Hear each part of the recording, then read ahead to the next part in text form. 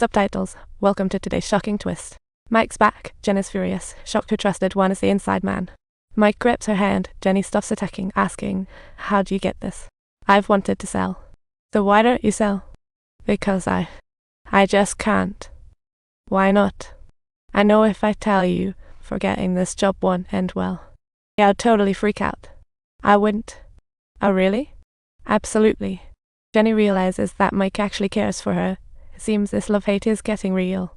The next morning, Jenny successfully swaps her classes, and the action is on.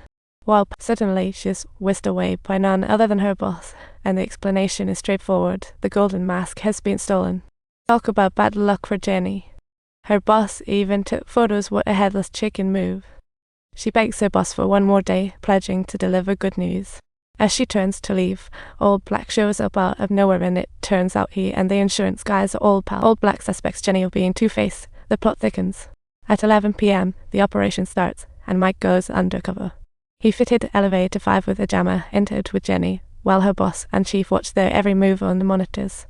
The chief is full of confidence, thinking this path is a walk in the park. The elevator arrives at the 70th floor. They exit. Time freezes. The feed goes blank. They head back into the elevator, and the staff assumes they are off to see the fireworks. Jenny changes her outfit, while those in the control room lose track of them. Meanwhile, Jenny's boss chimes in, "I don't want to interfere, but you guys are really clever." They've arrived at the target floor, spotting the alarm. Moving step by step, they reach the scanner and swipe their fingerprints. "Don't use a cannon to kill a mosquito." "No, this is the control center. Hurry, put on your glasses and turn on the computer. Time to transfer funds." Outside, the city is bustling in New Year celebrations while Jenny's 8 billion transferred successfully. But as they leave, Jenny pulls the cable, triggering the alarm. The alarm in the monitoring room sounds they've found the two in the 86th floor control center. The pair decide to return from the 50th floor. The chief isn't worried, sure escape is impossible.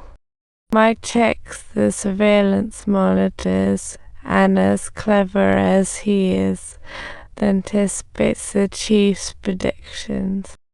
He uses reverse tactics, breaks the glass, and they rush to the balcony, forced into Plan B.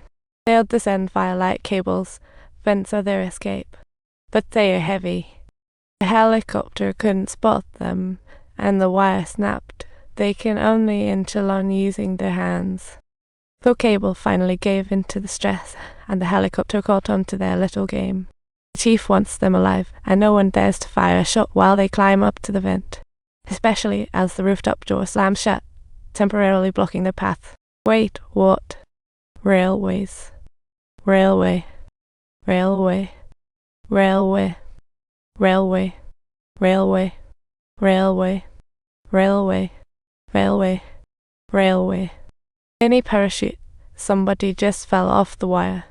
The sole chance for escape, which Mike reserved for Jenny, was accompanied by a gentle tap on her shoulder. Moments later, Jenny crawls from the sewer, sees the skyscraper top, and tears well up. Next day at Purdue Station, past the agreed time. Not just Mike broke rules, Jenny's eyes are red from tears. And surprise. Mike suddenly appears, and Jenny breathes a sigh of relief. Subtitles. She immediately stands up and sprints towards Mike, only to find him preoccupied, thinking to himself, "I intended to betray my boss, but it turns out I'm the one who's been tricked." It turns out Mike was nabbed by Old Black 2 years ago. The price for his freedom was to entrap Jenny, who's been under the Fed's watch for a while. Her boss has only just found out, and Jenny is utterly heartbroken. She poured her heart out for love, only to be brutally hurt.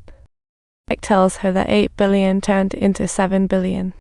Amidst the profound sense of loss, Mike secretly slips a passport and some money into Jenna's pocket and places a gun in the other one, deeply moving her. Love is reciprocal. The train has arrived. Time's up. What hurts Jenny most is she fooled her boss for 5 years.